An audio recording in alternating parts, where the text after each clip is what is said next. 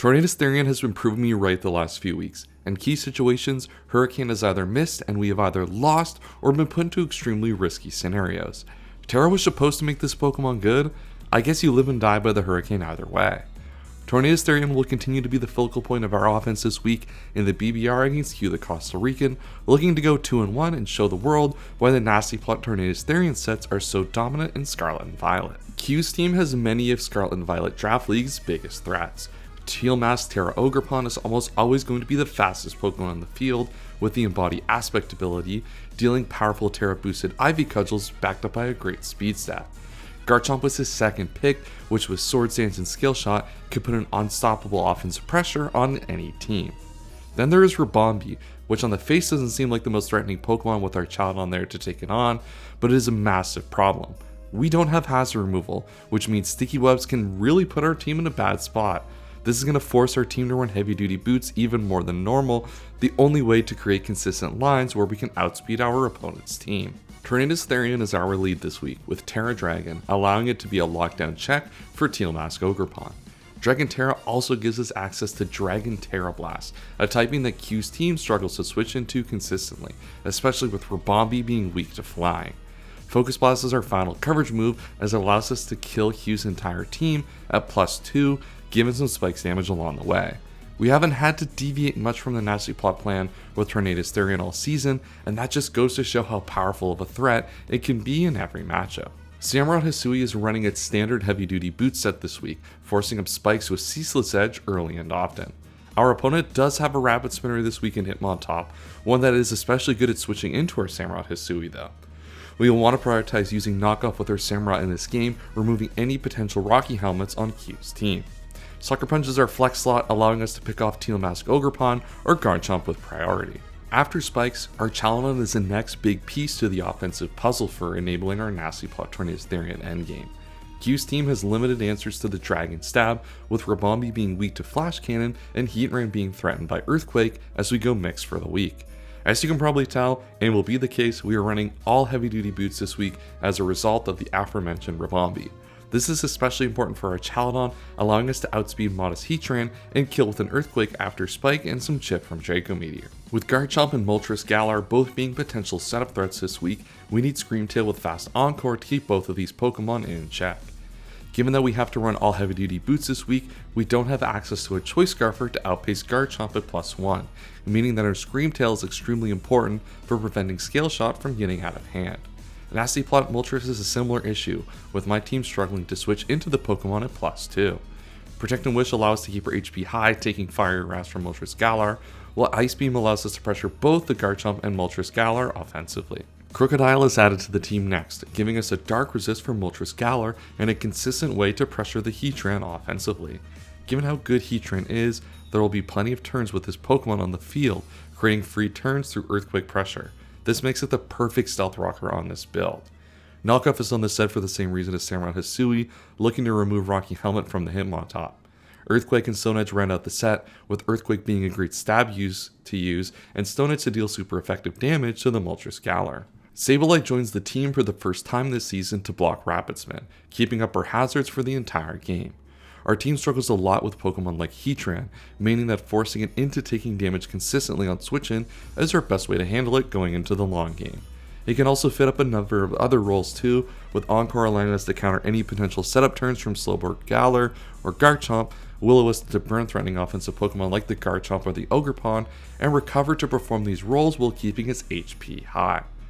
And that is our team for week number 3 of the BBR. Shout out to Kaz, as always, for all the build and prep support.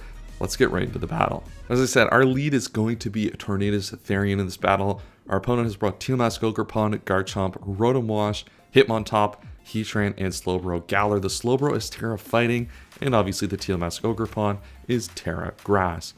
This is going to be my first post-com in a while. Been struggling a little bit with the recording. Think we've got it figured out, so we'll be back to live comms next week. Good luck to Q. This is going to be a great game, and this was a really interesting game to play.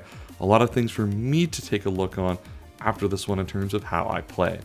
So our lead was always going to be Tornadus Therian in this battle, and we see probably the worst case scenario lead for us, which is Rotom Wash lead. We really can't risk Choice Scarf Rotom Wash going for a Thunder Wave or a Volt Switch early. Obviously, we would Terra Dragon, but that Thunder Wave is just so problematic if he ever goes for it that we just can't risk something like that. So we got to go to our Chalanon here, either hopefully take a Thunder Wave or a Thunderbolt early, him trying to catch us with that Choice Scarf set, and then force pressure with Draco Meteor.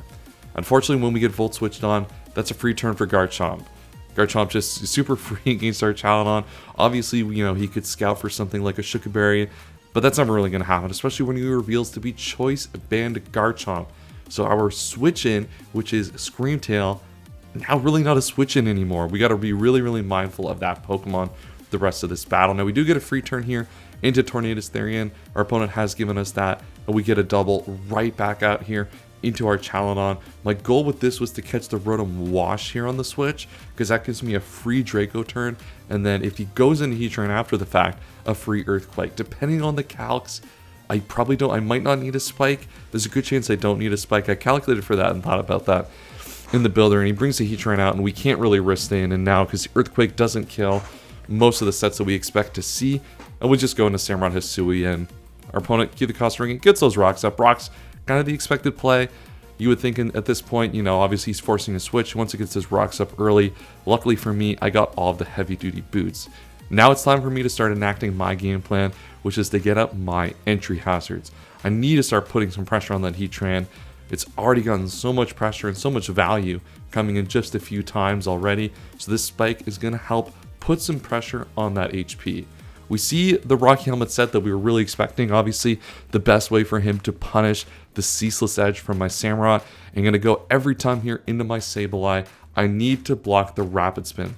If I'm going to be taking all this HP and kind of putting myself into predictable scenarios with the Samurott, I got to block the Rapid Spin here and keep those spikes up.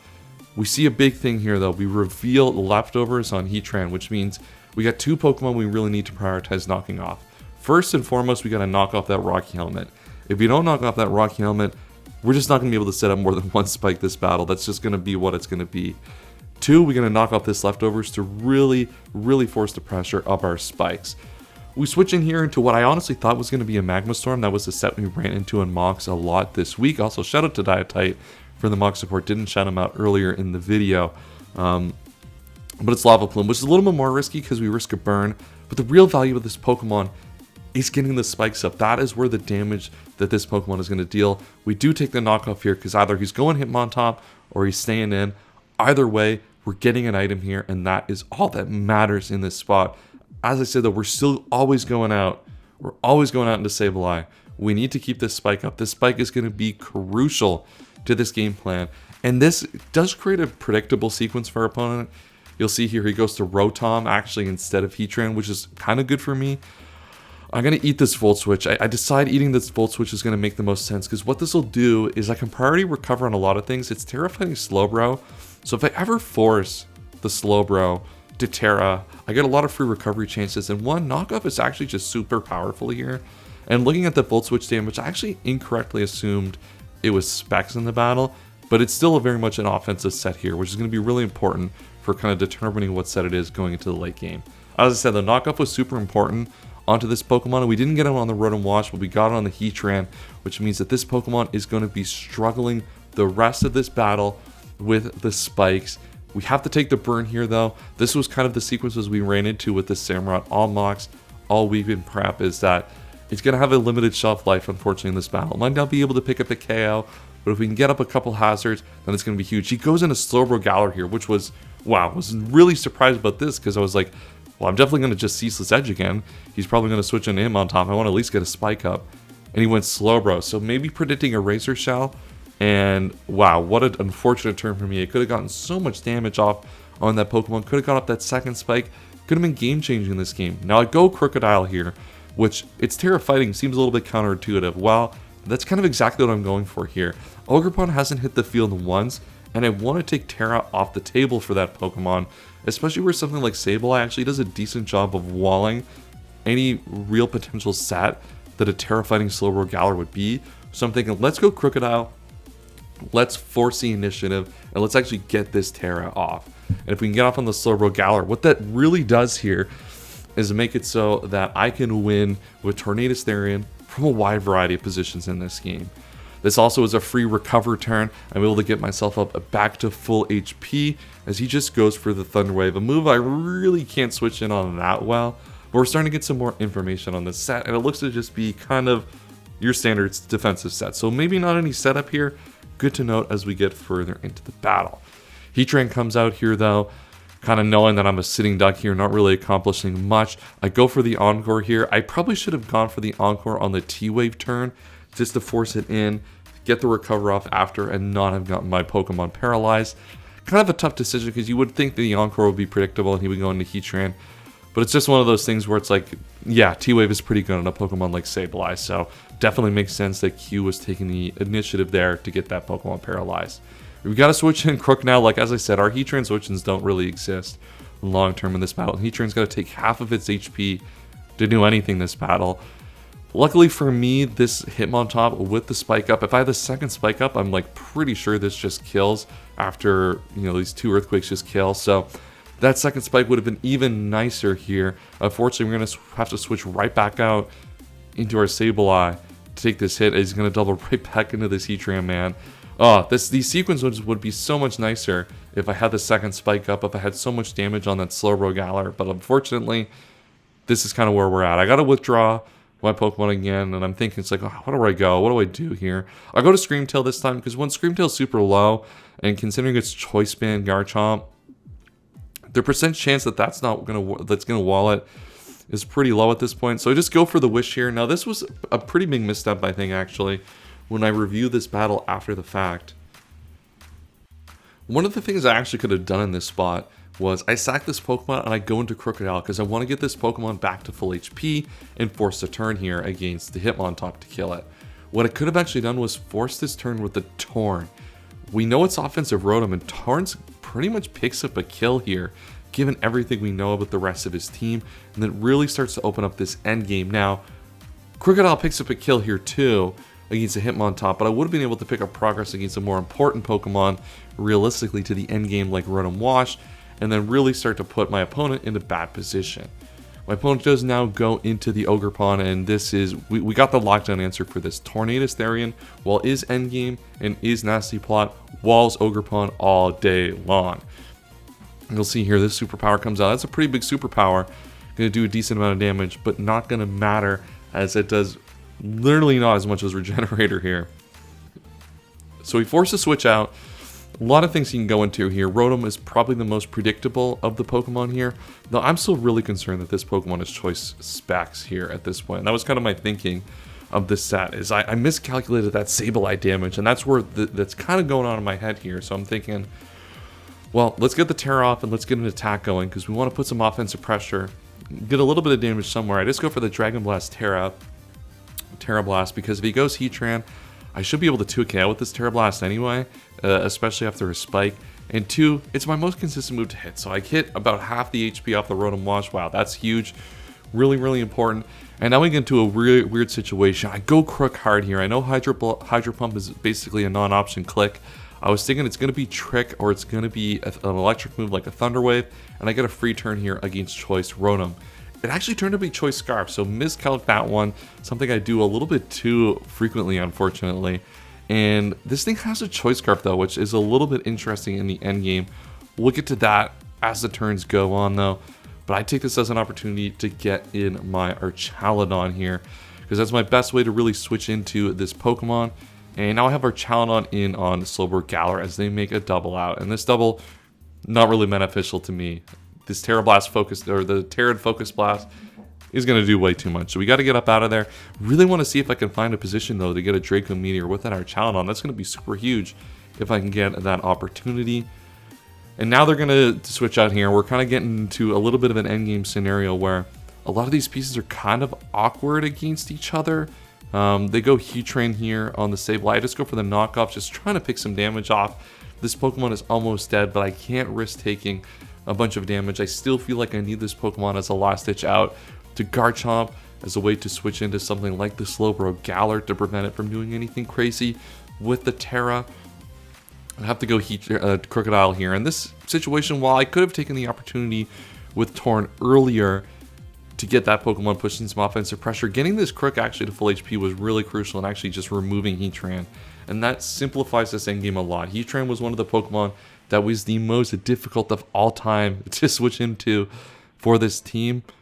And now we get to be in maybe a little bit more simpler in that game. So we get to go here into the Tornadus Therian. As I said, this is a pretty big lockdown threat for the Ogerpon, as my opponent's just going to U-turn off. And now we know that this isn't Choice or Rotom Wash.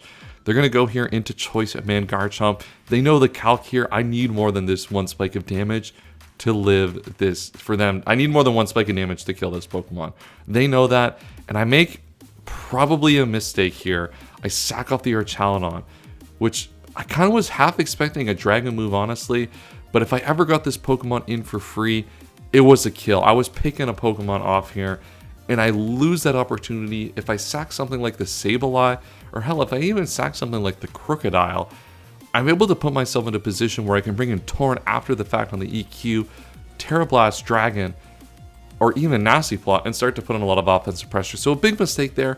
Really should have kept the Archaludon, especially where Crocodile here, like, I get a knockoff on this Pokemon, but how much value is either this Pokemon or the Sableye really giving me in this endgame? Really unoptimal way to kind of sequence these final few turns, unfortunately. But we do get the item off on this Pokemon at least, and I'm able to go hard Sableye on the Slowbro Galar. It does get me with the side shell armor, shell side, whatever it's called, instead of the Focus Blast. Kind of a pretty televised play at this point, because I've been going Sableye every time. Really what I want to do here, though, is as we're getting the end game, I kind of see the vision. I go for the Will-O-Wisp. If I can get some more residual damage on the Slowbro Galar, that'd be nice.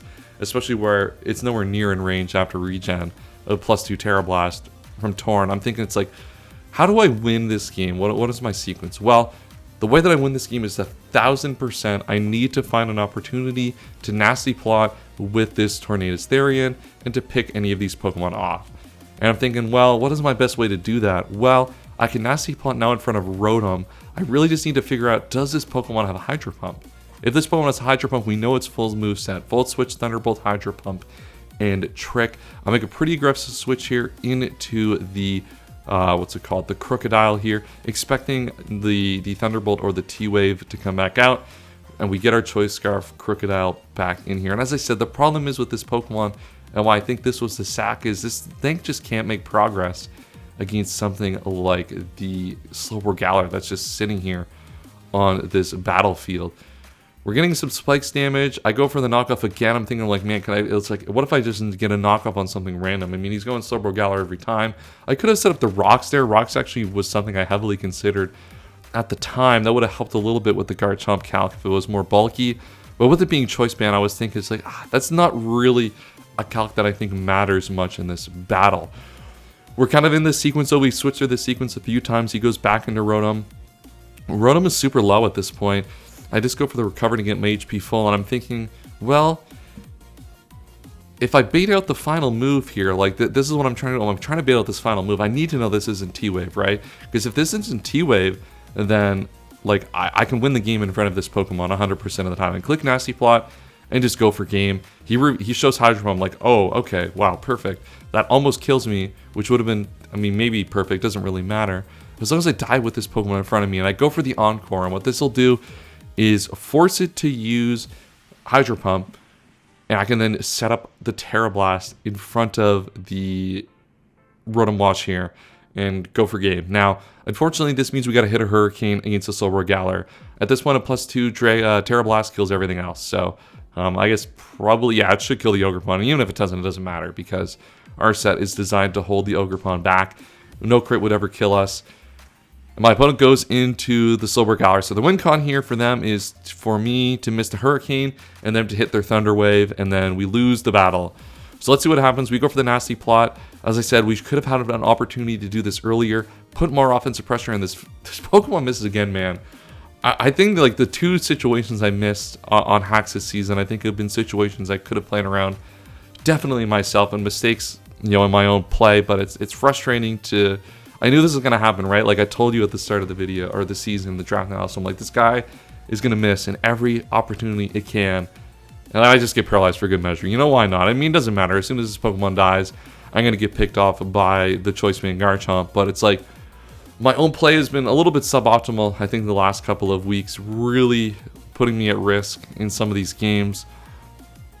And right there, I mean, we had to hit the Hurricane to win, and we lost. So, I mean, as I said, I could have played around that a little bit differently to not have been in that situation, and a little bit of regret, obviously, because, you know, you feel like you could be 3-0, but maybe your mistakes put you rightfully where you deserve and wanted to. So, unfortunate, that's how this game goes. Tornadus Therian, for the third week in a row, we're missing like half our moves with these Pokemon. And that's just the variant side of using stuff like Samurott, Hisui. We missed a Cecil Edge earlier, too, which would have been potentially huge. Now, I expect they would have regen out that HP at some point. Like, I don't actually think that matters too much. But, you know, we missed the move. We get crit week 1. We missed a bunch of moves week 2. We still get there, though, in the end on 6 HP. Really just did not leave any margin for error on that one, as we reveals Outrage as well. So, like, super just dead this whole battle. And then we missed the Hurricane here, which completely just locked out this game. So, that's week 2 or week 3 of the BBR. Next week we'll play against King L5. Certainly not an easy one to get hopefully back to 2-2 with. If you enjoyed the video, enjoyed the post comment, make sure to like, subscribe, do all that fun stuff. We'll see you all next time. And as always, have a wonderful day.